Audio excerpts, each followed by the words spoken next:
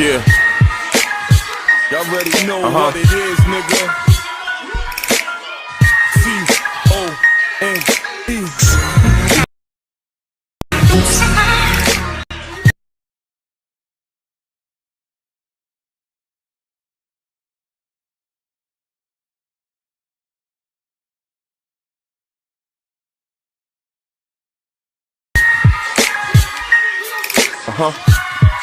M-O-double-S, Thug. Yeah. N-T. 1 for the money, and 2 for the good green, 3 for the pussy, and 4 for the street team who rep my squad, the Morse Thug Dynasty. We go hard, got y'all niggas rewinding me. Smoking, choking, tapping on your mans, joking. Eventually becoming fans, quoting, talking about I'm about to fuck up the route of these niggas that's out. First round draft pick of the scouts. Yo, it's T.O.N.E. Southside born, but I rep QB.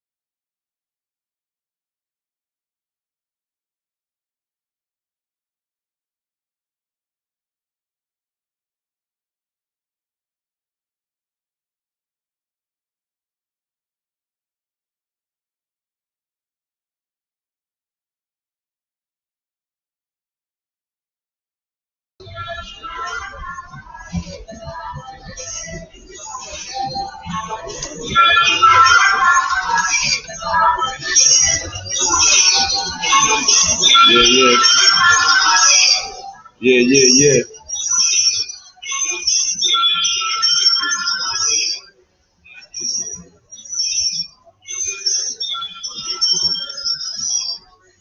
Mic check. Can you hear yourself, Doc? Mic check. Alright, let's be live, dude. What's good, ladies and gentlemen? We back with another episode of Breakfast with Big Tone. #1 podcast in the game. Please excuse the intro. We having some technical issues this morning. You already know that sucker busy. We don't give him no glory around here. Right, Doc? That's what's up. What's going on, ladies and gentlemen? It's a hell of a day, man. We going into Father's Day, right? Father's Day is Sunday. Oh man, so you know, with that being said, right? Hold on, let me get this static out of here. Like I said, with that being said, you know, it's a beautiful thing, and you know, we respect and love all the fathers out there, you know. And we just want to give it to God, man. You know, that's what we like to do around here. You know what I'm saying? So before I introduce my guest, you know, clap it up for her once again.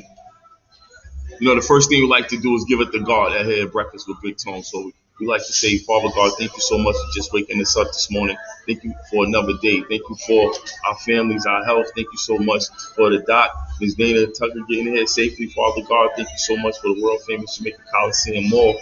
Lord, thank you so much for our significant others, you know, and do all things as possible. So in Jesus' wonderful name we pray, amen. Okay.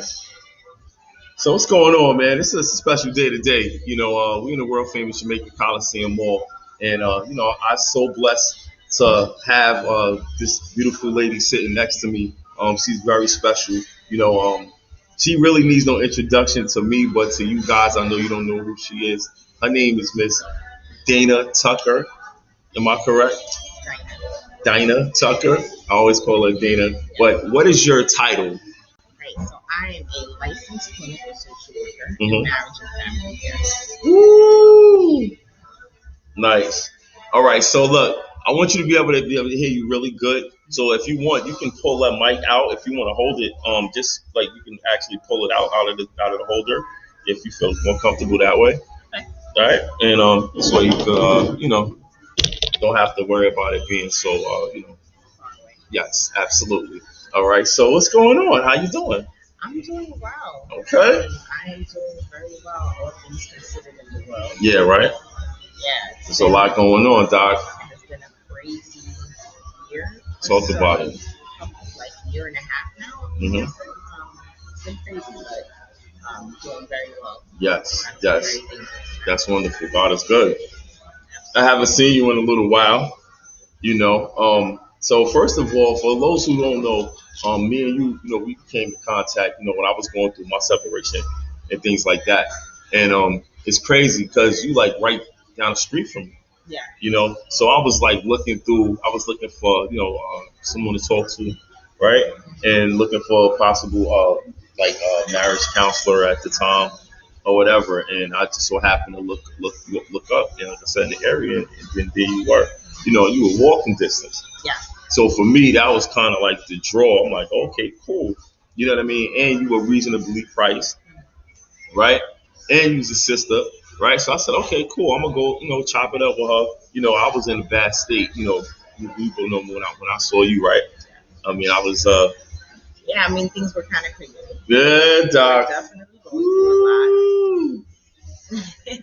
Doc, it was crazy, Yeah, right? definitely. Yeah, I was a different dude, man. You know what I mean? And it was a blessing just to be able to, stumble upon you. You know what I mean? And you helped me out so much because initially, like you said, you're a family therapist.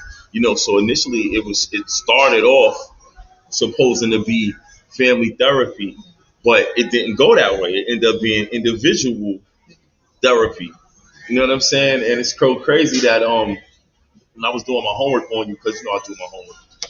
So I took down some notes and things like that, Doc. And it's funny, I was reading, I think I was on blackfemaletherapist.com, right? And it says, one of your statements, you said, I care more about your transformation as an individual / couple than making money from a million sessions. Talk about that for me. Yeah, that's definitely more important to me. Mhm. For me, making sure that my clients are getting something out of the sessions means a lot more to me than just to continue to have you come in 2 sessions and like nothing is being done. Right. So one of the main things that I'll do, once we start meeting, we'll do some goal setting, right? Like, why are you here? Right? Like, what are some things that you want to get out of there? Right. And every now and then, we're going to check back in on those goals to make sure that you are actually accomplishing the things, or at least you're working towards the things that you initially set out, to change or whatever your reasons were for coming into therapy. Yes. And if I feel like at some point, like, we're not really making progress, right?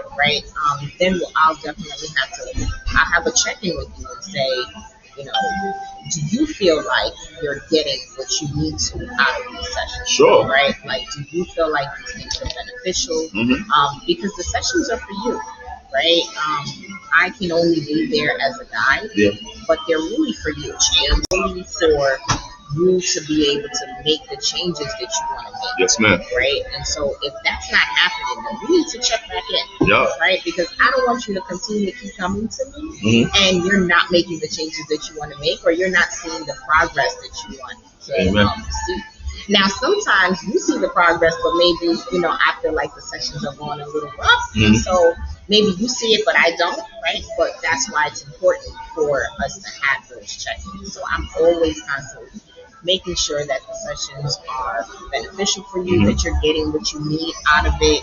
I care about that more than just like you come into a million sessions. Like, I'm not, I don't want to waste your money and I don't want to waste my time. Facts. Right? Oh, So, man. like, you definitely, gotta make sure we're getting things done. That's a fact, Doc. Let me tell you something. That's real. Now it's funny, right? When I looked you up, right, it says your specialties. So let me get into your specialties real quick. Okay, so some of your specialties are addiction and substance abuse, coping skills, depression, divorce, family infidelity. Okay. Life transitions, postpartum pregnancy, PTSD. And it's funny when you touch on PTSD because, when I told people about PISD, the post-infidelity stress disorder, people looked at me like, yo, what's that? You're bugging. I said, no, that shit is real. People never heard of it. You know what I mean? They just heard of, like I said, the normal PTSD, right? But you explained so much to me when it comes to that. Okay, so school issues, self-esteem, sex, suicidal. What is that? Ideation. Ideation. I was waiting for you to get here so I could ask you to correct me with that one. Okay, trauma, youth, adolescence. Okay, so touch on that. Like, that's crazy, though. Yeah, so and a lot of times, like a lot of these things connect, right? So like a lot of the issues, our issues never live in a silo. Right. We never just have like one issue. They're usually connected to so many things. Right.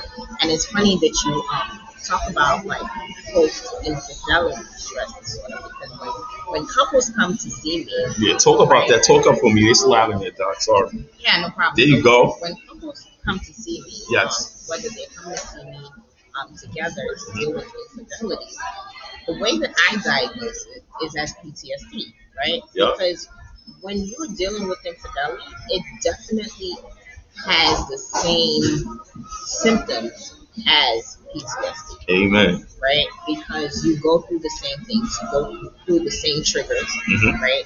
And one of the things that I explain to couples is that, when there's somebody who was unfaithful in the relationship goes through a very big transition. And you at some point have to decide, do you want to stay in this relationship and work it out, or are you going to leave? Right? And one thing that I say, and a lot of times, like the person who was cheated on, right, they look at me like, what? Like I looked at you. Like crazy. And I always say that the person who was cheated on has the most work to do. That's exactly what you said. Right? Yeah. The person who was cheated on has the most work to do. Why is that? Because you're the person who has the PTSD. Sometimes some days you'll be fine. Yeah. Right? And then other days, like you'll wake up and it could be a sock on the floor and somehow that triggers you and reminds you about something. Oh my God. Right? You could be having a, normal conversation and one word or one gesture that they said reminds you of the infidelity. Yeah. And then you go down what I like to call the rabbit hole. Hold on. Say it again. The rabbit hole. Deep in the hole.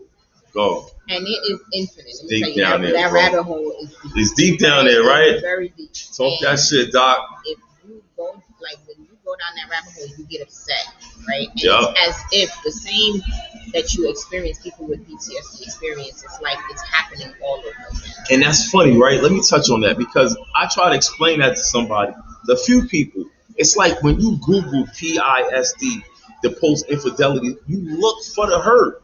You explain that to me, like you look for it. You may not even want to, like you say, you have your days where, like for me, it was like going through the phone. Like some days I had the phone, I always had it with me, but some days I would open it just to go in it to see what else I could find. It's like picking a scab, right? And it becomes, after a while, you keep picking the scab, it becomes self-inflicted, right? So it's not about, it's never going to heal. It's going to leave a scar, but that shit is real. Because you keep looking and looking. Go down the rabbit hole. Down the rabbit hole. And that rabbit hole is infinite, right? Because you'll continue to look for it. And once you're triggered, it's almost as if, no matter how long ago the infidelity happened, whether it was last month, 2 months ago, a year ago, 2 years ago, 5 years ago. You feel like it just happened. When you're triggered, it feels like you just found out yesterday. Right? Amen. And you experience the same emotions, the same level of hurt that you did when you first found out. Right. And if you don't learn to identify those triggers, learn to not go down the rabbit hole.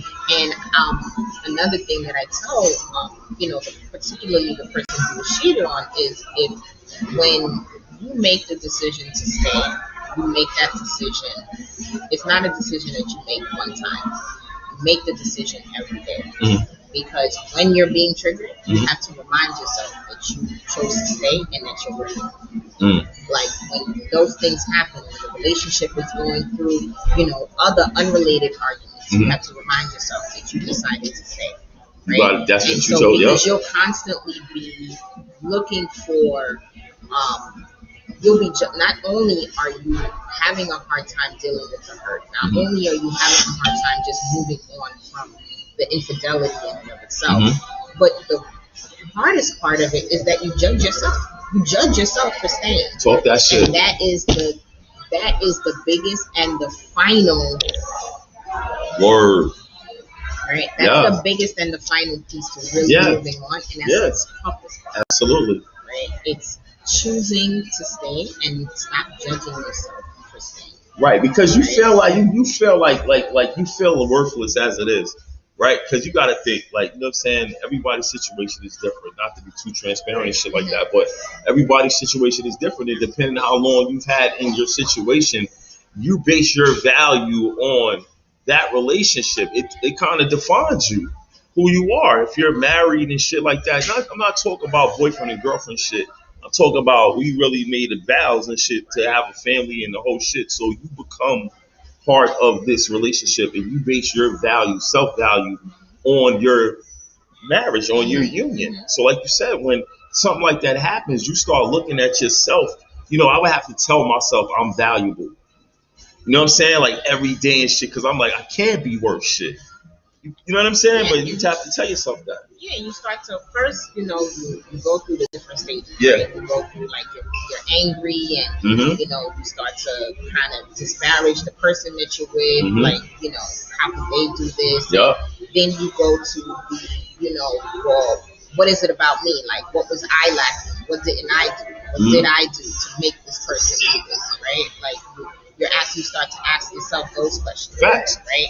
And then, you get into the, once you've made that decision to stay, you get into the, well, what does that say about me that I'm willing to stay in a relationship with somebody who treated me like this? Word. Right? Like, what does it say about me that I'm going to accept this? Right? And then so now you're judging yourself. Right? Yeah. And, I always tell people that there is nothing wrong and there is no judgment in choosing to work on your family, right? Like, no one is perfect, right? And it's also recognizing and making the distinction that just because someone did a bad thing doesn't make them a bad person. True. Right?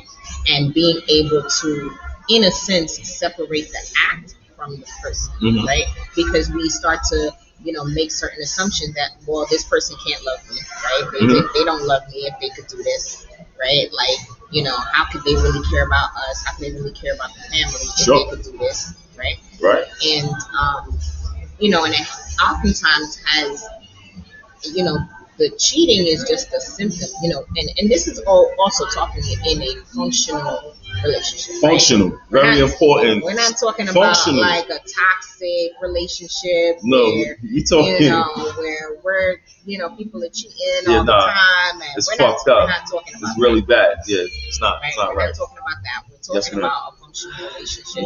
Oftentimes, the cheating is just a manifestation of all of the other stuff that's going on in the relationship that is not being spoken about, that's not being taken care of. So you're saying that's just the outlet? Like, that's the like... cheating is just like, that's just the physical manifestation. It's just what you see. Right.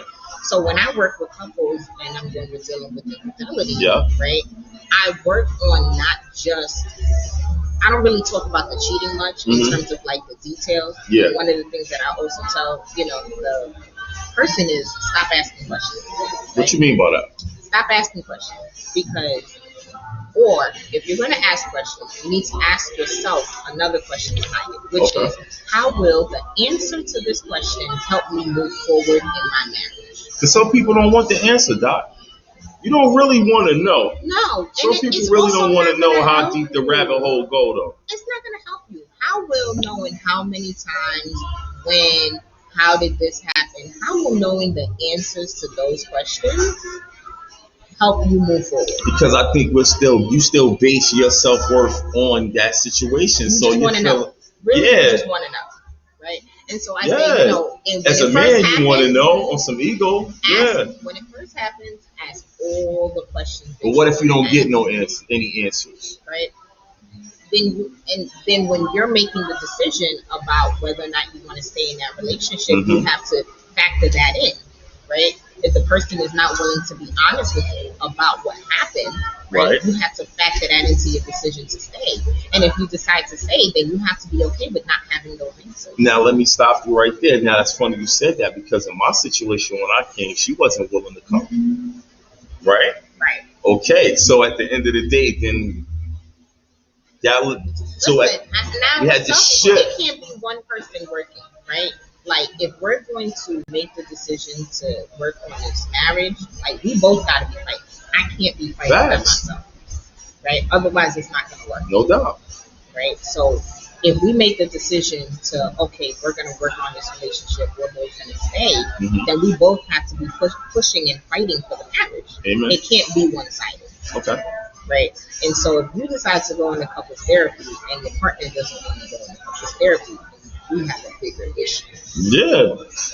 Right. Because if there are problems in the relationship, and the person is basically saying that, I don't want to work on this problem. Right. Or saying that I want to continue to do the same thing that has not been working. Right. But I mean, especially when you're the root of the situation, you have to show. So if you don't show, then what am I here for? Right. Like, it's your fault. I'm fucking here anyway. Like, what are we talking about, right? Why are we here? You're right. Why are we here? Nah, you're right. Okay, I can dig that, Doc. I dig that. All right, let me see. Let's move on. Okay, so I'm gonna touch on a few things. Okay, so you graduated 2014, Long Island University. Yes. Shout out to Long Island University. Post campus. All right. And she's official. I'm gonna throw the license number up real quick. Don't be trying to duplicate my license number out there. Well, you know how y'all do. Because it's registered. Talk that talk, y'all. All right, yeah, okay. But yeah, that's dope. Okay, so now, marriage and family therapist. Well, at the time it was about 3 years, so you're a little over 4 years. What made you want to get into that field, though? Yeah, so initially when I decided to. First, well, I'll say this, okay? So my journey to couples counseling is a little bit longer. It's not someplace that I've ever considered before. When I first went in to do my master's associate, I initially wanted to work in forensics, right? So I wanted to work with people who have been in jail and things of that nature. And I did for a while. We're going to touch on that, yeah. I did for a while. I worked in Brooklyn Criminal Court, and I worked for an alternative to incarceration program. And that's really the population that I wanted to work with. Right. And then I started to work at a private practice, right? I started to work at a private practice in Rockville Center. Right. And that's really kind of when I found the desire to work with couples, right? Because I kind of got a couple that I started working with. And so for me, a lot of my couples work, right, also helps me in my relationship, right? And so being able to see that, I was like, okay, well, I want to learn more about this. So that's why I decided to go back and get my advanced certificate in marriage and family therapy, specializing particularly in couples therapy, right? Clap it up for that. So, and that's kind of where, and I found that people who do marriage counseling or couples counseling, you either love it or you hate it, right? And I have like a network of other therapists that I am friends with, that I refer people to, and a lot of them, like I said, you either love it or hate it. Like a lot of them are like couples, no thank you. So, because the dynamic of having two people in the room is different. Like it's not just different; it's a lot. I know. You're dealing with two people who are each coming in with their own stuff, right? Yeah. That's impacting their relationship. That's it. Right? And you, as the therapist, have to be able to focus them, right, on working on the relationship, right, and making the distinction that this is not like individual therapy. Like everything that we talk about here is going to be in relation to how it's affecting your relationship, right? And when people come from their own backgrounds, right, everybody has their own background, how they were raised, all of that stuff that's impacting how they're showing up in their relationship, right? As a therapist, you also have to be able to work with that, right, and be able to help them identify how these things, how your relationship with your mother, your relationship with your father, your mother and father's relationship with each other, right? The relationship that you saw growing up, no doubt. All of that impacts how you're showing up in this relationship. Sure. Your past relationships, right? If Right. you've been in the past toxic relationships or Which been most hurt, of us have. right? Like Abusive, all whatever. You know what I'm abusive saying? relationships, Yeah, all all of that shit. that factors in and it affects how you're showing up in your current relationship. Amen. Right? Right. And so being able to, as a therapist, help both individuals identify those things, Mhm. right? And then help them move their relationship forward into a better place. So it's a lot, right? So not everybody, is down to do couples Nah, therapy. that's a But I fact. will say that the people who want to do it, like, you have a real passion for it because, it's not easy work. Yeah, like wow, because I was just saying, like, because out of so many fields, you're so smart. You could have been a CEO doing anything. You could have did that anything. Hair, nails. You could have did that regular thing. You know what I mean? School. You could have been a teacher. But it's very different, and it's very it's very how can I say? I commend you. Yeah. Very I mean, I've commendable always on it. been You know what I'm like saying? that person. And thank you. Yeah, no, that's so right. I always find myself like Uh-huh. I always find myself being the person that like my friends come to talk to about stuff or whatever. Yeah, you said that on your I think it was on one of the websites. You said that like one of the people they chop it up with you. Yeah. Now let me ask you a question. Like who inspired you to even want to go into this field? Normally, because you had to look at somebody. I mean, you may not have grown up with a whole bunch of women doctors and things around you, but something triggered you to want to actually. Honestly, so my venture into the social work field, period, Mhm. right, and wanting to even be a counselor, be a therapist, period, was inspired by my high school counselor. Okay. Which was, her name is Yelena Chavez. Shout out to Miss Chavez. My little chicken. If you watching, she lit, Miss Chavez. Let's go. She was my high school counselor, and Okay. she helped me through a lot in high school. Nice. I come from a Caribbean background. Okay. Single parent household. What's your nationality? I'm Haitian. Okay, shout out. Okay. Right. Sock my sid. Right. So, she helped me through a lot. Mhm. Right. Just kind of like coming into myself. Mhm. And one of the initial fields when I was in high school, when I first graduated and went into college, I wanted to work with youth, right? And the biggest thing for me was to be able to be who she was to me to others, right? Mhm. Because I felt like there are so many programs for at-risk youth, right? So like we have the kids who are always in trouble, and the kids who are have all types of learning disabilities and things like that. And I didn't necessarily fall into that group, right? I was, a smart kid. I always got good grades and things like that. But that doesn't mean that I didn't have my own issues, right?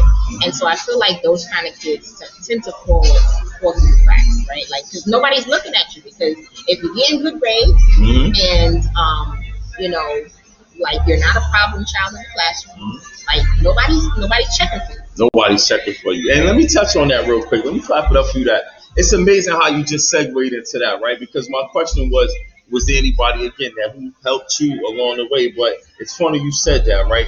Because out of all the things that you've done, that one thing that jumped out to me, and even though you wasn't there that long, but you was a youth counselor for the community mediation services from September 2009 to December 2010 in Far Rockaway.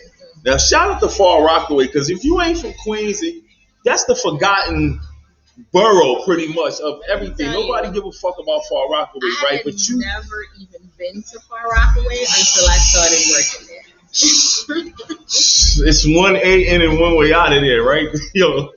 I literally never been to Far Rockaway. Had barely even heard of Far Rockaway until I started working. Yo, Doc, this is different out there. When I heard when I saw that you counseled at-risk students from ages 10 through 16, right? Which was crazy, and you know what I mean? Because who volunteers, first of all, and you want to be in Far Rockaway, but that stuck out to me. You know what I mean? And that was very special. So when you said, dealing with the kids in troubled youth, you was in the core of Yeah, and I mean, and that wasn't honestly. I worked in a middle school, and that was located in Far Rockaway High School. And I ran the after school program there. And it was a combination of a lot of things. But and that was honestly my first, not necessarily my first experience, but first major job out of college, right? And it was like I said, I'd never even heard of Far Rockaway, never been there at all. Ironically, though, I guess it was all in the plans, right? Because that's where I met my husband. Shout out to him. So that's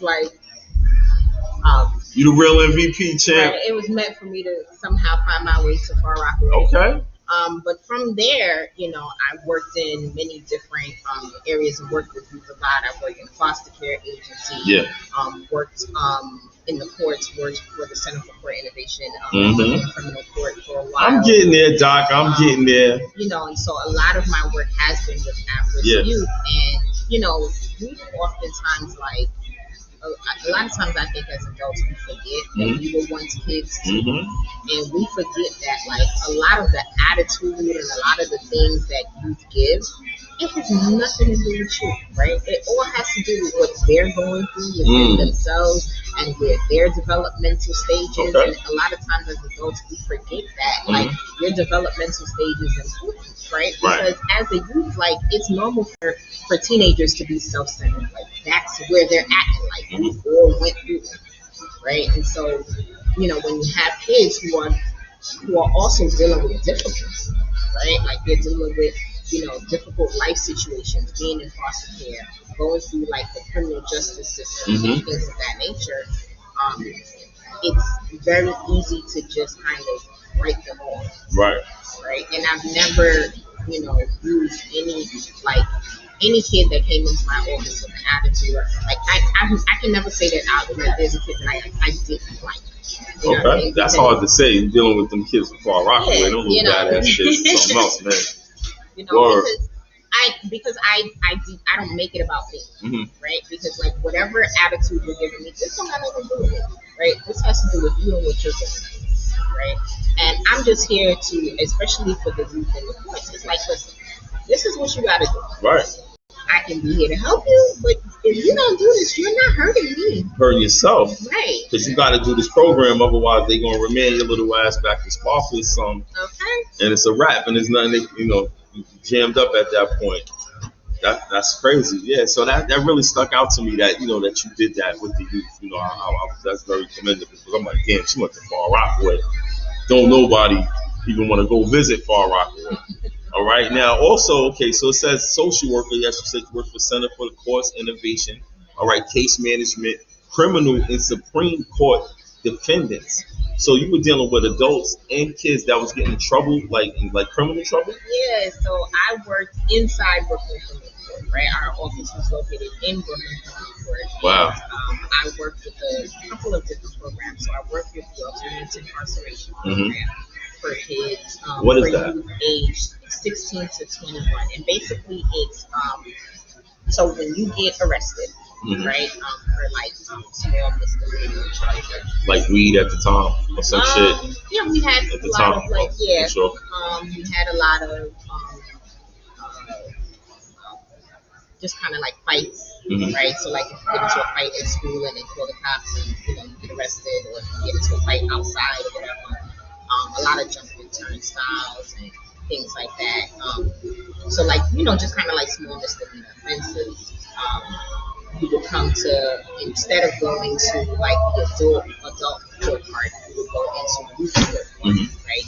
Specializing. Basically, you would be given an option to complete certain services, and at the end of it, you would get your case.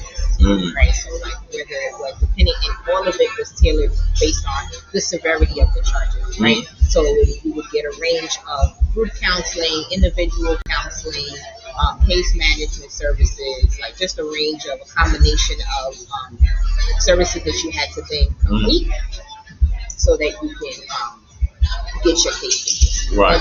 Once you completed all of that, you would go to court in front of the judge, say yes, you completed your stuff, and then your case will be dismissed. Okay. So I mean, I'm sure a lot of the kids' parents are some. Please, Miss And Tucker, you'd be surprised, right? don't It sounds, reprimand it my sounds baby. simple, right? It sounds simple. Like, do the counseling, do whatever, and get your case dismissed. It sounds simple, right? You'd be surprised how many kids I had to run down For real? to do their services. And you trying to help them out? Nah, but see, but that's crazy. So that was one of the programs that I worked with, and then I worked also with the human trafficking and intervention court. So at the Really? time, yeah, so I worked with women who were arrested for prostitution, and they too would get the same kind of circle. Like, so they would have to do a number of sessions, and then their case would also be dismissed. And then I worked with the supervised release, so that's like people who were arrested but couldn't make bail, right? So they would then be released into our custody, and it would be our responsibility to make sure they made it to their first court date. Without that, they would have had to stay in jail until their first court date because they weren't able to make bail or make bond. Wow. So those were the three primary programs that I worked with. Damn. So I mean, so you said you have such a large spectrum of things. Yeah, I've done it all. Yo. I joke. I always say that the only area of social work that I probably have not worked in is I haven't worked in the hospital. Like I've never done. Like I haven't worked because there's social workers in the hospital. Right. When you go into the hospital, particularly like if you go in for certain issues or if you're the elderly and you go in. When you get discharged, right, you meet with a social worker. You have a outpatient kind of like a discharge summary. And typically, they put you into services outside of the hospital, so you can continue your care. It's like battered women and shit like that. You see a lot of that. Yeah. And, so let me touch on that. So real quick, I wanted to get into like now Corona. Corona affected everybody's business. I mean, for you, I'm sure because a lot of in office. Sessions and things like that. And as we were saying earlier, it takes away from the personal aspect of dealing with somebody, right? Yeah, so it was hard in the beginning, I would say, because a lot of the clients that I had, and I would say even myself as a therapist was very wary of telehealth, right? So like doing what's it called? Telehealth. Right. So doing all sessions virtual. Shout out to telehealth. Right. So for like the first, I would say for like the first couple of months, it was hard because people were very reluctant. But then once we realized that like, okay, this is not going away anytime soon, like we're going to be here for a while, the referrals started coming down, right? And it grew my practice much faster and much bigger than I anticipated to in such a short period of time. No doubt. Because one of the things that we saw a lot during COVID, especially in the heart of the lockdown, was marriages started to fall apart. I wanted to touch on that, Doc. I wanted to touch on that because they said with the whole thing, you being jammed up in the crib with people, like you locked up. A lot of people had cabin fever. I know domestics was up. Yes, domestic like a mother. Domestics was up, right? Because people really realized that I don't really like this one. For real. After 3 days, you're like, I really know I don't like this one. I gotta stay here for 2 weeks. Honestly, what happened is you had the relationships that were already like volatile, right? So if you were in a domestic violence situation, you had no more outlets, right? So like you couldn't leave the house anymore. Now you're stuck in the house with your abuser every day, right? So that's very dangerous. And then you had a situation with other couples where we kind of like, a lot of times couples live in the same house, but we're coexisting, right? So you're going to work, I'm going to work, you're taking care of the kids. We're not really spending any time together, right? I'm not really seeing you. We might have little issues, but we're throwing it, burning it under the rug or whatever. We're not talking about the problems because we're just kind of operating businesses. COVID changed that. Now you're in my face. I'm in your face.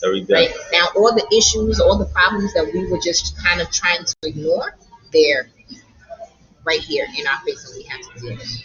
And I would say up until now, like I literally cannot keep up with the couple. It's crazy.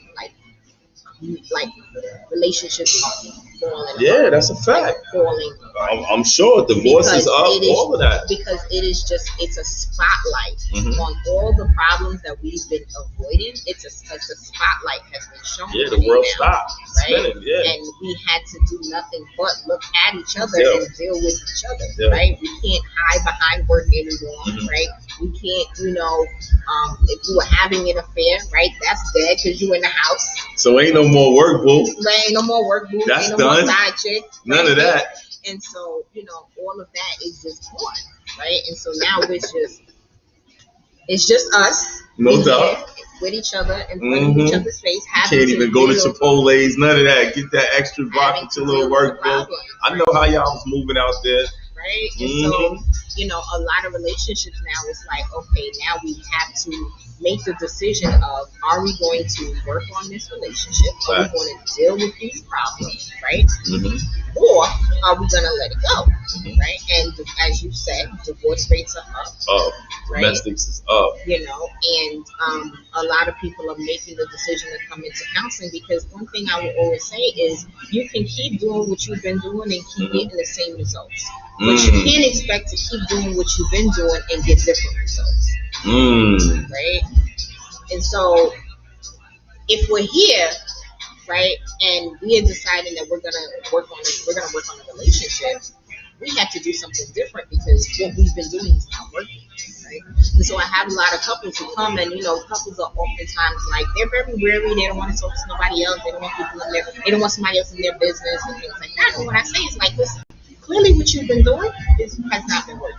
So you could keep doing that, right? And it could keep not working. Or you can get an outside perspective and talk to somebody who can possibly help.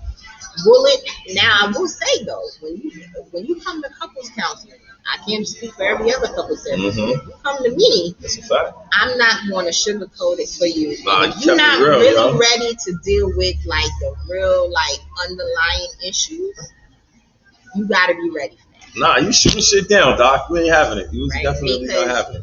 Therapy is going to be a spotlight on all of your underlying issues. Like both people got to be ready to look in the mirror. But what's crazy though, because I remember you said that there's times where you're gonna come, there's times where she's gonna come, and there's times when both of y'all are supposed to come, right? Yes. And a lot of people don't want to deal with their own shit. They ain't ready to deal with their shit yet. To, right? And everybody does. They do counseling differently, but when I start to meet with a couple, even at the onset, that initial consultation, I tell them, right? So we're gonna meet together for a number of sessions, and then we're gonna do some sessions individually, where I'm gonna meet with each person for like 2 to 3 sessions individually, depending on the needs of the relationship, and that's because I have to get an understanding of what's your background.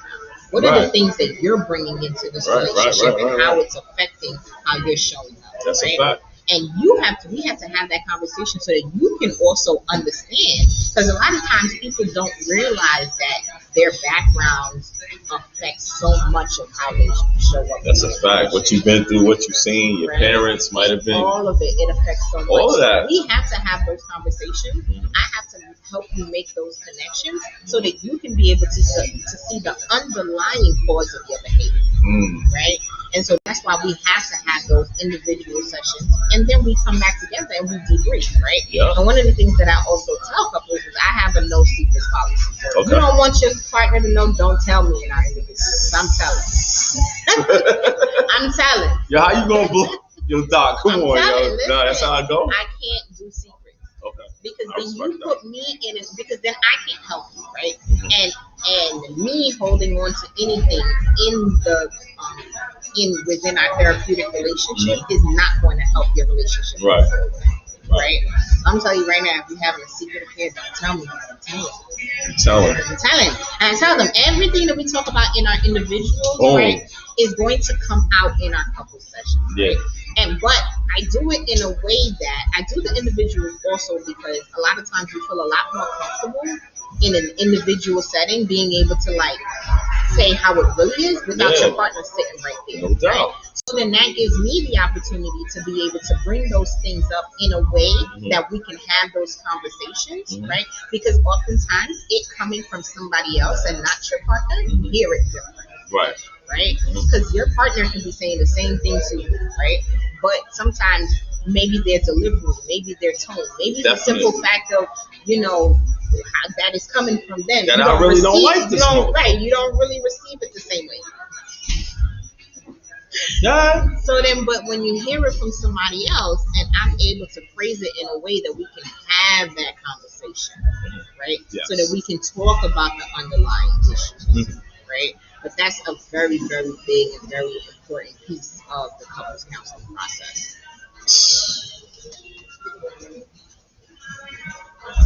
Facts. That's crazy, Doc.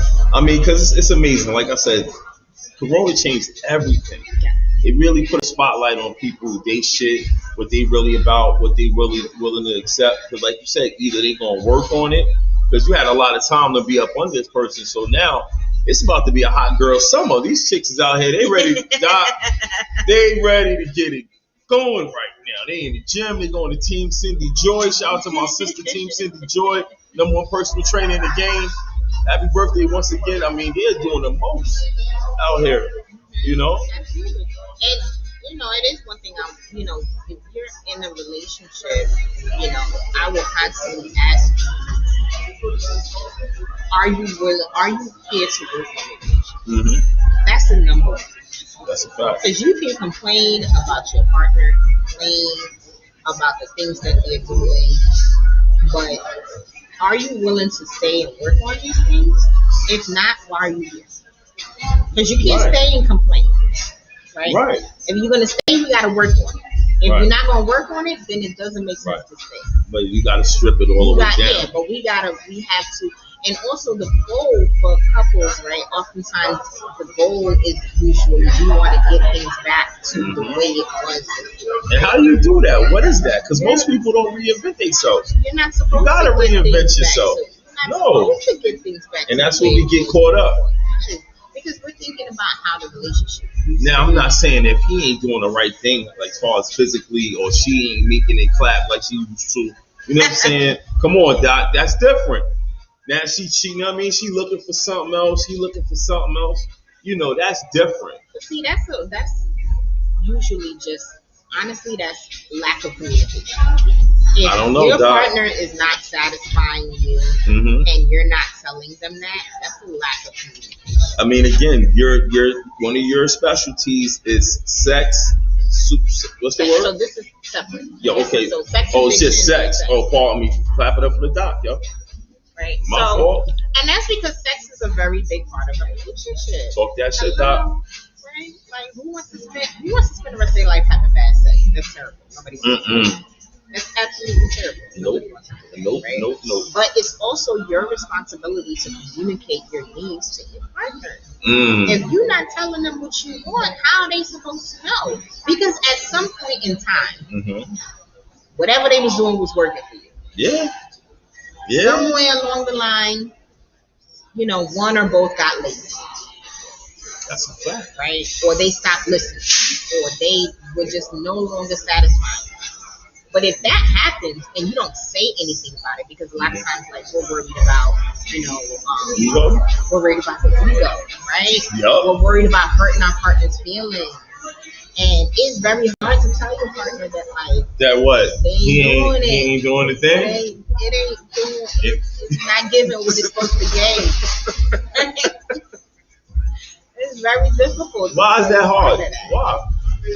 Why? You can tell him. You don't want to hurt the person's feelings. Come on, Doc. You can hurt his feelings when you told him his ass is lazy. You tell him, get your dirty ass socks up, or clean up after yourself, or you ready to curse him out. Well, listen, you shouldn't be talking to your partner like that. No, I'm just saying, you'll women to highlight, all men will highlight your fault or something like that, or little shit, but things that's really important that really pertain to you, we won't say. Like, what I'm saying? What's good with you? Like, you ain't hanging out there too long, or you're not doing pleasing me. It's all about you, But then that's the problem, the communication. So why can't we talk about that? Yeah. Why is that so one hard? of the number one issues in relationships, right? And it's oftentimes that we're not telling our partner how we feel, right? And or it's coming out in accusations, it's coming out nasty, it's coming out, like we're being rude, we're being, like you're not really saying what you want to say. You're not asking for what you want to ask for, Right. But even in all of those things that you can say to your partner, when it comes to talking about sex, that's something people real sensitive. For men, you notice? Absolutely, for men and for women. Okay. Right? Because I think a woman is more likely to tell their partner that they're not being satisfied than a man. Oftentimes, men will not tell their wives or their partner that they're not satisfied. They'll just go out and do it. They'll just go out and get somebody else. Well, some women do the same thing. Most women do the same thing. Some women will do the same and you'll thing. never know. But that's your own fault. If you don't tell your partner that you're not being satisfied, if you're not speaking up, that is your own fault. I mean, I agree, because when we in the bed, you saying all kind of crazy shit anyway, right? So we talk, and then that's the time to do it. I mean, not in the actual act probably, but you know what I'm saying? If you want something, you can ask for it at that time. Now, if they turn you down and say no or whatever, then you got a problem. But then a lot of people we don't pillow talk. We don't lay with each other and communicate. You know what I mean? You get up, she get up, you go smoke a blunt, go put the game on. Yeah. You know what I'm saying? She on her phone texting, girl, this bum ass nigga. I'm so fit to be tied with this nigga, girl. But also one of the biggest pieces is that we don't realize that sex and intimacy starts outside the bedroom. It's a difference now. Yes. This is grown folks difference. talk. This is Breakfast with Big Tone, #1 podcast in the game. There's a very big difference between sex and intimacy. Okay, now this is what I'm trying to explain to people, right? Because some people don't know that. Yes. They think just because having sex, that's all the time. You know what I mean? Sex is just a physical act, right? And you can have sex without intimacy. Right? Just the same way that you can have sex with somebody and not feel anything for it, right? But sex is just an act, right? It's just being physical with somebody. Yes. Intimacy is the feelings that come along with it, right? It's the connection that's there. And if that's not there, then the sex is going to feel lacking, particularly in your relationship, right? And that starts outside the bedroom. That's the phone calls. That's the flirting. Thank you. That's the text messages. Yes. That's the touches and the kisses. Think about that. That's all of that stuff, right? That's outside the bedroom. But some women think that men don't want that or not into that. Now think about it. How many women out there that's listening? It's true. It really is. You know what I'm saying? Because we like stuff. I love that type of shit. You know what I'm saying? As a man. But some men aren't receptive to it, and some men, like you said, like that, but don't know how to ask for it. You know what I mean? Because if I'm out the blue, just be like, yo, babe, won't you send me some selfies or what you got in your phone? Because all women got 1,000 selfies. Shout out to my girl. Shout out to my babe. I see you. You know what I mean? She take 1,000 pics just of herself or whatever in general. You know what I'm saying? But I had to ask. I said, yo, babe, send me some pics. She didn't know what I mean? So she do now. But I'm just saying that to say some, men aren't receptive to that, and some are. You know what I mean? And women have to be willing to give that. You know what I mean? And that's a beautiful thing. Listen, you should not feel uncomfortable doing anything with your partner. That's a and fact. if you do, that there's a bigger issue in the relationship. That's a fact. Right? There's a much bigger issue in the relationship if you're feeling uncomfortable doing anything, and if you're not comfortable communicating right, to your partner. Right? Because if you're uncomfortable with something, you got to be able to talk to your partner. That's a fact. Right? That's a fact. You have to be able to talk to them about that. You have to be able to tell them why you're uncomfortable. Yeah. Like, especially if it's something that they want you to do, then we got to be able to find a middle ground and compromise, right? Because it's not just, not oftentimes for women, we can be very stubborn. It could be nah, I'm not doing it. Right. You can't have that in a relationship. You gotta talk. You can't do that. You gotta talk it out. Like, or they'll say, right, or you don't listen anyways when I talk to you, so I'm not even gonna bother. Or I can't talk to you. And it don't even be the case. You know what I'm saying? But like you said, a lot of times it's in the delivery. And you got to know your spouse. You got to know your person you with. Never mind just your spouse, your mate. You know what when their downtime is. Okay, he's chilling right now. I can go talk to him right now. You know, he just came in the door. He amped. He's super hype. Or he about to go to sleep. You can't talk to this nigga right now. Or she ain't trying to hit it right now. Her stories is on, or something's going on. You know what I mean? She in the house watching polls. Something. You know what I'm saying? You can't really, but you gotta find the time. No, it's absolutely true, and I think that one of the main things in relationships is oftentimes people get comfortable, right? And so you stop nurturing the relationship. Gotta do you that. Stop going out on dates. You stop, particularly if you have kids, right? Like I have 2 small kids, and so me and my husband, and it's been very difficult. But you have to make that time. You have to nurture the relationship, because if you're not putting any energy, any effort into the relationship and spending time together and nurturing the connection between the two of you, it's not just going to maintain itself. And a lot of people put their shit on autopilot and think it's going to really fly itself. No, it don't. You gotta put in the work. You gotta put in the work, especially when your kids get older, a certain age where they can really do their not even when the kids themselves. Get older, but especially while the kids are younger, because oftentimes we can put all the focus on the children and you forget about the relationship, and you can't do that. That's a fact. Right? You guys gotta stay the head. You guys gotta. It might, I guess, be considered radical, right? But I don't think that the children are the most important thing. I think your partner and your relationship is the most important. That's a fact. A lot of people don't feel like that. A lot of people don't feel like that. They don't feel like that. Right? And I think that is because everything flows down from you and your partner. If y'all are not okay, the kids are not going to be okay. So why do people always say it's all about my kids? And you could be in a whole marriage, whole situation, but it's all about my kids. That comes from a traumatic background. That comes from, and they really feel like that. That comes from not having a proper view of what a relationship looks like, not being able to nurture a relationship. Right? That's what all of that comes from. That's right. So, you are not nurturing your relationship, right? If you have kids and all you're doing is focusing on the kids and you're worried about the kids, but what happened to the relationship? Exactly. Right? If you're not focusing on your partner, you still have a husband, you still have a wife. Thank you. You have to focus on that person, because if the relationship is not okay, the family's eventually going to break down. The family is you guys. Right. And so that is for me, and I guess that's why I say it's considered radical, because we do often, especially in the Black community, come from a mindset that the children come first. Right. And the children don't come first. Your relationship comes first. Amen. Children don't come first. And I think that's how couples stay together a long time. And you see them couples that really been down forever because they put themselves first. They still find time for them. They still close their door. They still always be okay. Right. You're gonna take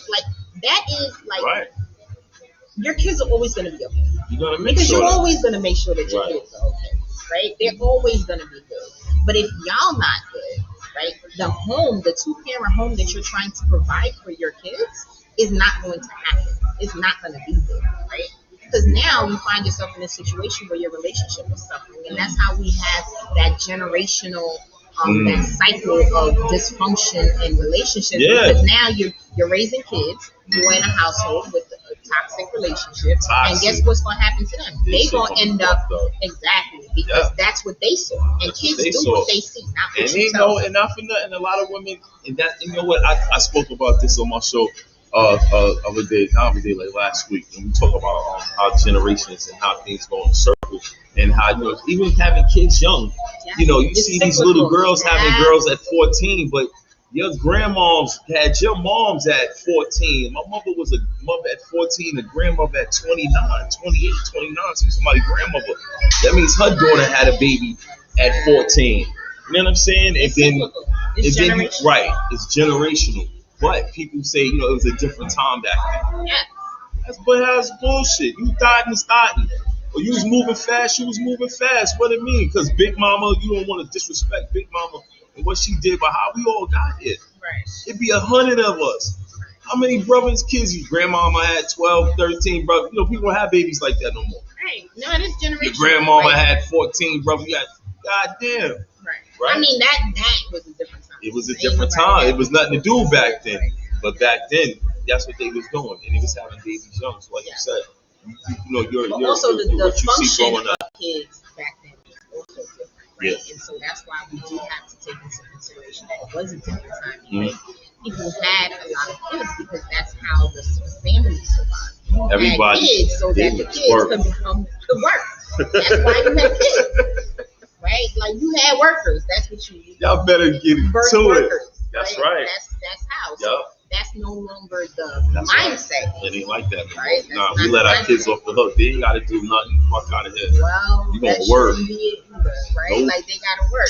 You gonna work, And so the time is different. But yes, it is very much generational. You come from a teenage mom, and more than likely, you become a teenage mom. Yeah. Your kid becomes a teenage mom. That's because we're not. It's not like. It has to take one person to break the cycle. Right. And not for nothing, my mama didn't have all her baby fathers was different, except for like 2. You know what I'm saying? Her kids, right? So you think about that. You 14, 15, have baby. 17, you have another baby. Got different baby fathers. You might know. Now you look like 14. Yeah. Especially if you start at 14. How many relationships still last from 14? That long? None. Right? Very rare. Very small. Rare. Your and that's because the person that you are at 14 is not the same person that you are at 18, at 21, at 25, at 30. If you mean to tell me that at 30, you're the same person that you were at 14. There's no way. That's a problem because you didn't grow. You didn't grow. Right? And oftentimes, and even in relationships, right? Even in marriages that start off in their 20s, you have to learn to grow together. And not for nothing. I was in my situation. I was married 15 years. When I came to you, I was just hitting almost 15 years before my separation. So at the end of the day, I mean, I have had a quarter century in, going on 25 years, and we didn't grow. You didn't grow together. Right. You know what I'm saying? But each person grew, but you guys didn't grow. But like you said, as an individual, your expectations change. But you can't allow a person to put their expectations of you on you. You know what I'm saying? Don't put your expectations of me on me. Tell me what you need, what you require, what you don't like. Let's work on those things, and I'll do the same. But if you allow a person to do that, they're here, and they're looking at you like you're not meeting my expectations, but I don't know what your expectations are at that point. You know what I'm saying? We often have this toxic view in relationships that like, oh, I've been with this person for X amount of years. They should just know. Fuck out. No, they're not supposed to. It doesn't work that way. It don't work like that. You gotta talk about it. Absolutely doesn't work that way. I agree. It doesn't. You could be with somebody for 20, 25 years. It's your responsibility to make sure that you communicate your needs because they are not just going to know. Amen. And nobody's responsible for that. You're responsible, and that's like you said, as individuals, and that's back to the opening statement. You're more concerned about people individually as well in a couple. You know what I mean? / couple, because if you're not right for you, how the hell can you be right for me, and vice versa? You know what I'm saying? And you still continue to be an individual. You know what I mean? Like I learned a lot from our past situation, right? So, and it took a while, you know what I mean, for me to figure out, but I had to come to the understanding that you never be afraid to start over. You're not starting from scratch. You start from experience.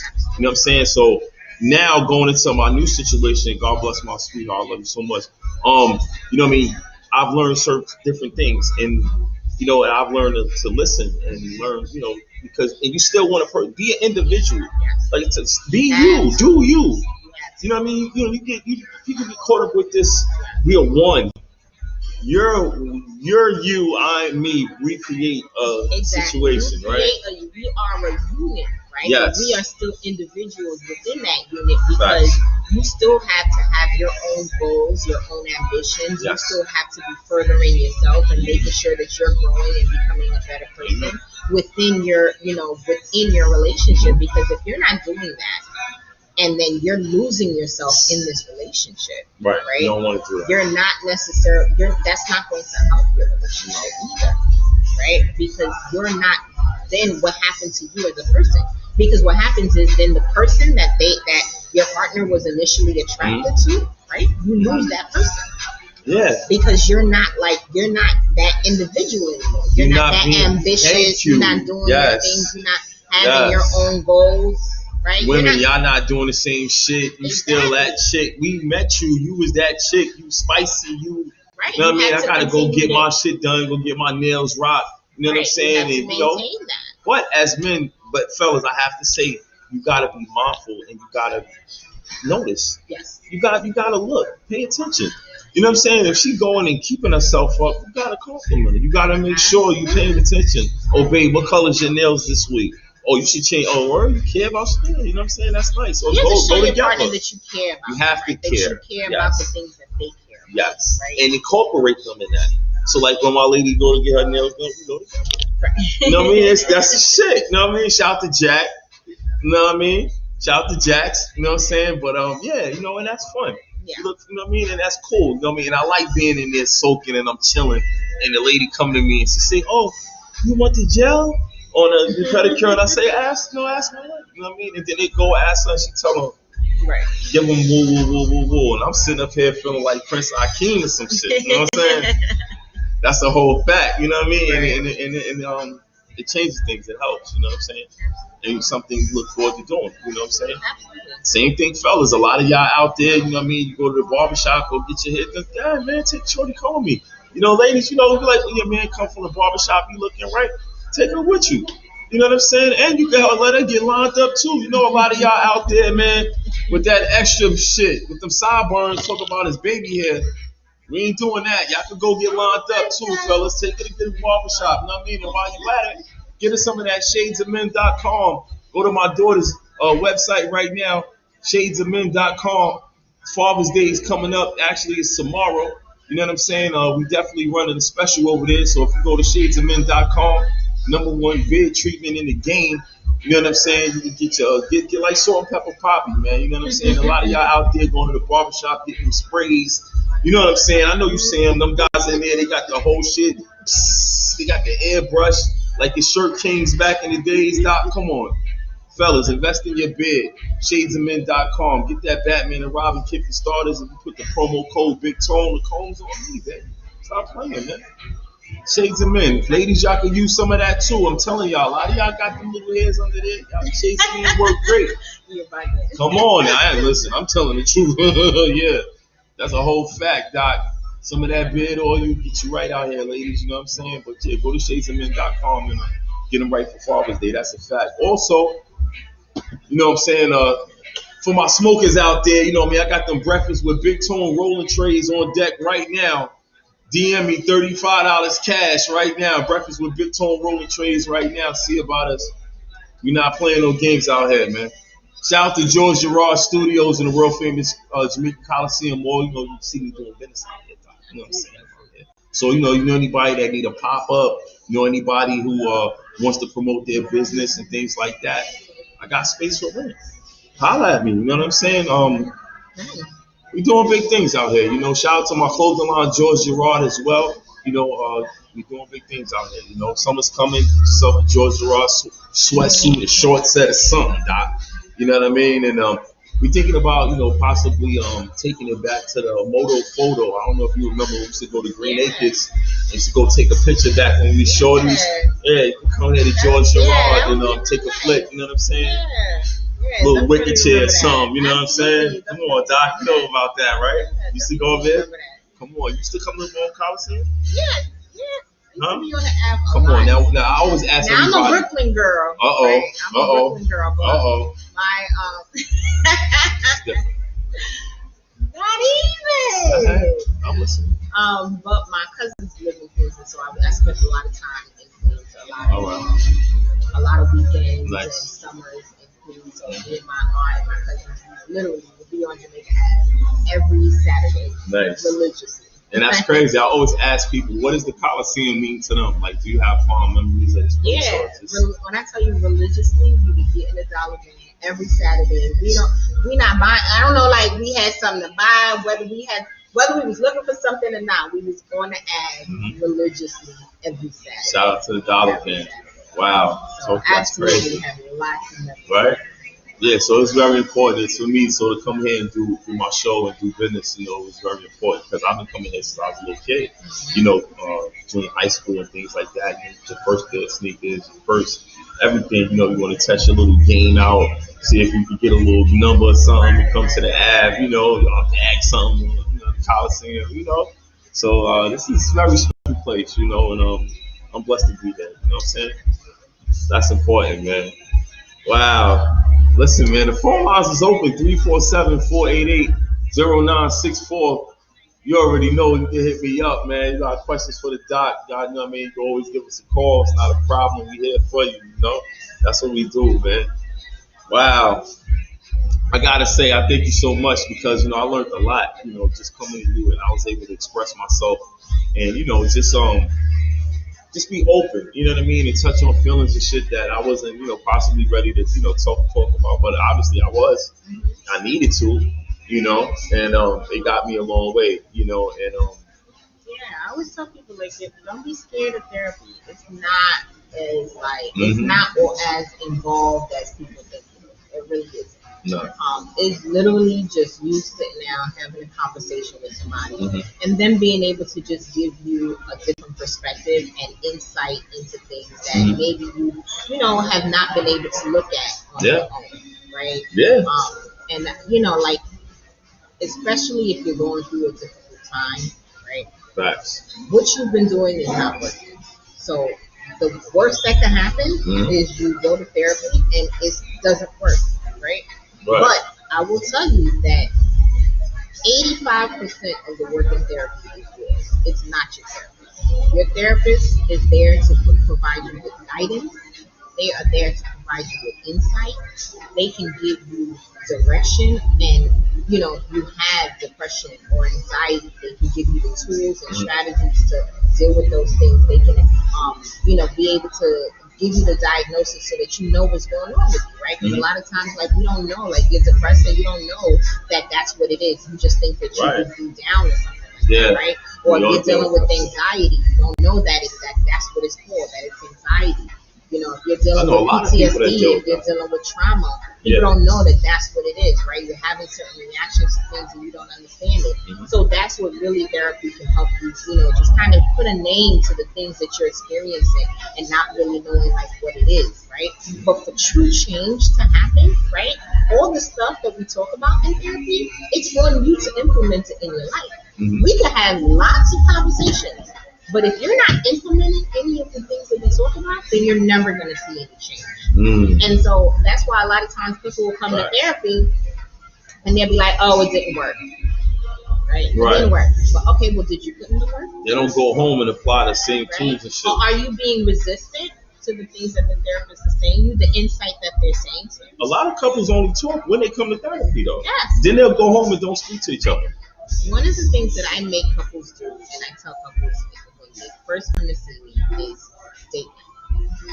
If you do not implement date night, you will not, any of the changes, any of the things that we're talking about, you will see no changes. You will see nothing. It's rebuilding that connection. If you do not rebuild that connection through date night, through prioritizing your relationship, through making your relationship an important piece and actually putting time and energy into it, you can go to all the therapy sessions you want and it's no change. But I'm gonna keep it 100. A lot of date night died when Blockbuster closed. When Blockbuster Video closed, date night went out the window. There was no more Blockbuster and chill. I tell couples, date night is not in the house. Go outside. Stop Netflix and chill. Well, yeah, it turns into that too, but stop doing it. People look forward to that. Go out. Go to a movie. Go do something. Go roller skating. Which is fun. You do a little bit. Yes. Do things. Go find different activities that you can go to and do with your partner. Like paint and sip. Those dope. Find That's dope, right? Different things to do that you guys can engage, different activities that y'all can engage in, right? Yeah. So that you are actually spending time with them. If you don't do that, gotta do things. It's none of the fellas, go shoe shopping with your lady like Martin did on the show. Y'all go shopping. You know what I'm saying? Shopping. Do something. Find something to do. Go with her to pick her hair out. Go. Listen, I'm a real nigga, Doc. I ain't gonna hold you, man. I go to the beauty supply store. If you guys live together and if you have kids or whatever the case is, even if you don't have kids, find once a month, go away, go like on a little vacation for the weekend. That's a fact. Yeah, they do that. Do that, like go hotel away. hop. Have a little change of scenery, right? Like go away, go do stuff with your partner. Like you have to nurture, you have to put time into that relationship. Otherwise, like you will not see any of the changes that you're working on. You don't see anything. And you got to. And I think that's what it's all about, right? But nothing changes if nothing changes. Nothing changes if nothing changes. If you keep doing the same thing, you're gonna keep the same results. That's a fucking fact. God damn.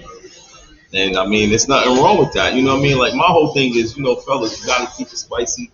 Same thing with the ladies. You know what I'm saying? Ladies, if you're going through something, you might be going through something, as a woman and having different feelings and shit and that you didn't have before and different interests and shit. But you gotta keep it 100 with your partner. Like, yo, look. Right. Having these feelings, you know what I'm saying? And some people implement their spouses or their partners into those things, and whatever y'all do in y'all situation is y'all business. But you gotta communicate. You gotta communicate. You wanna be the first couple, you know what I'm saying? Yeah. If you don't communicate, if you are not talking to your partner, y'all are not talking to each other, then your relationship will eventually be. So find time. So you're saying find more time to talk. Have to talk. Put the phones down. I'm guilty of that. I'm guilty of that. And I'm guilty of it too. Like, you be on the phone? Yeah. Absolutely. My husband is always like, oh, you got it. I get screamed on for that. It's always a problem. That's why your phone's always dead. Absolutely. He's all always this other like, shit. No, my phone is never dead. No, my shit is always dead. His phones are always dead. My phone is always charged. Yeah. I have to. Yeah, no doubt. Same thing with me. I know. So, but yeah.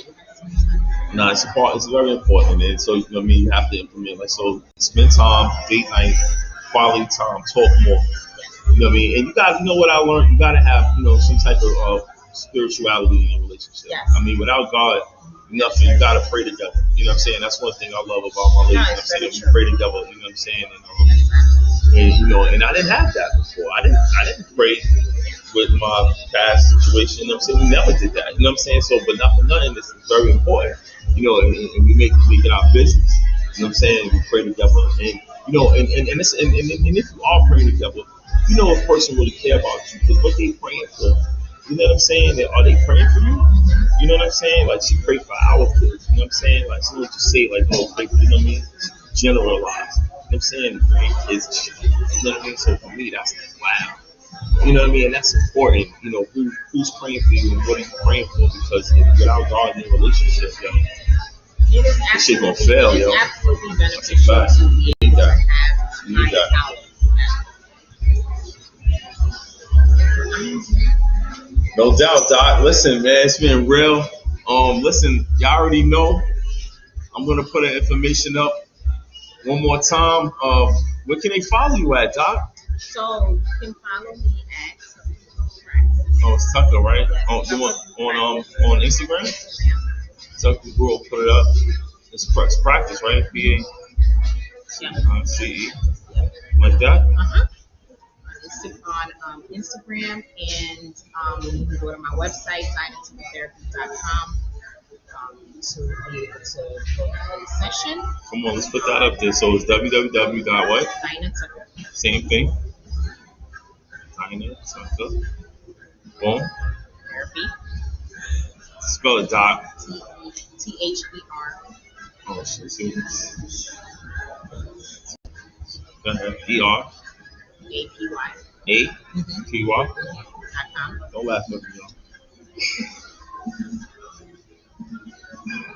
All right. Cool. That's your website? That's my website. Okay. And you can Google my name. Yeah, she's the truth. I Googled you. That's how I found you. I was doing my homework. You on so many different websites. I am a group practice now, so I have multiple clinicians that work with me, therapists. Y'all have blowing up. So, you know, even if you're not able to get a session with me, you'll definitely be able to get a session with a very good therapist. That's a fact. That will be able to. You might not be get to my doc direct, but we'll hook you up. Absolutely. You know what I'm All saying? the therapists on my staff are amazing therapists. Nice. They are great therapists. I vouch for them. Well, of course. So,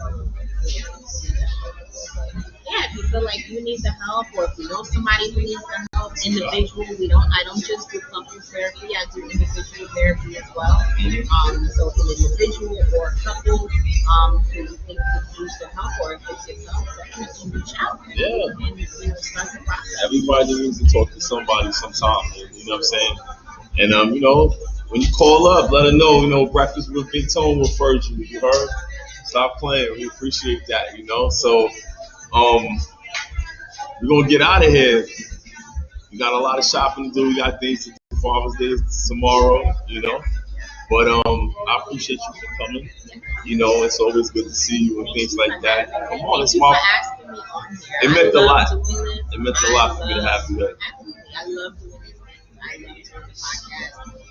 That's a fact. Just, you know, whenever clients reach out to me, I really enjoy that. Yeah, he did a lot for me because I was in a really bad spot. You know, when I came, I sent me to you.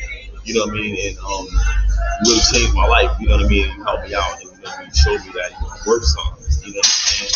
For real. You know, and that was that helped me move forward. You know what I'm saying? And it was important for me to have you here. You know what I mean? And bring you on my platform. Yeah, because you it really makes me, you know, it kind of validates the work that I do. It really makes me just kind of like remember that. Nah, that's a fact. And I'm going to continue to still come see you because I'm still a work in progress. You know what I'm saying? And I want to be a better me going into, you know what I mean, my new situation and dealing with, you know what I'm saying? Because that's what it's all about. You know, you never stop learning and reinventing yourself. So I always want to get better me, you know, because I don't have all the answers, you know, but I'm blessed to have a good doctor, you know what I'm saying? So shout out to her, you know?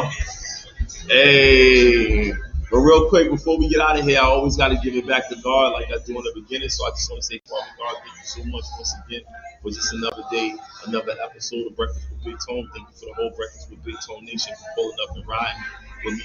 Thank you for the doctor for pulling in, you know, and blessing us with her presence, you know, and God, through you, all things are possible. All I ask for is a higher platform just to praise your name on a bigger scale and to give it to me. So I'm very appreciative. So I just want to say hallelujah once again. I love you, Lord.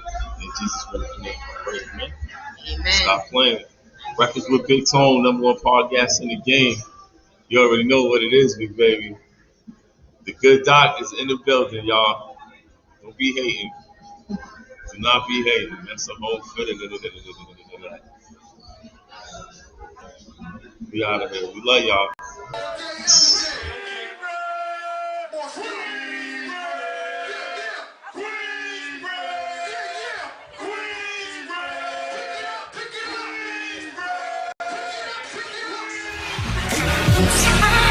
Yeah. Y'all already know what it is, nigga.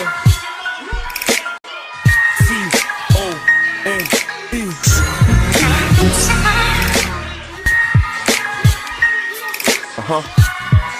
M-O-double-S, Thug. Yeah. N-T.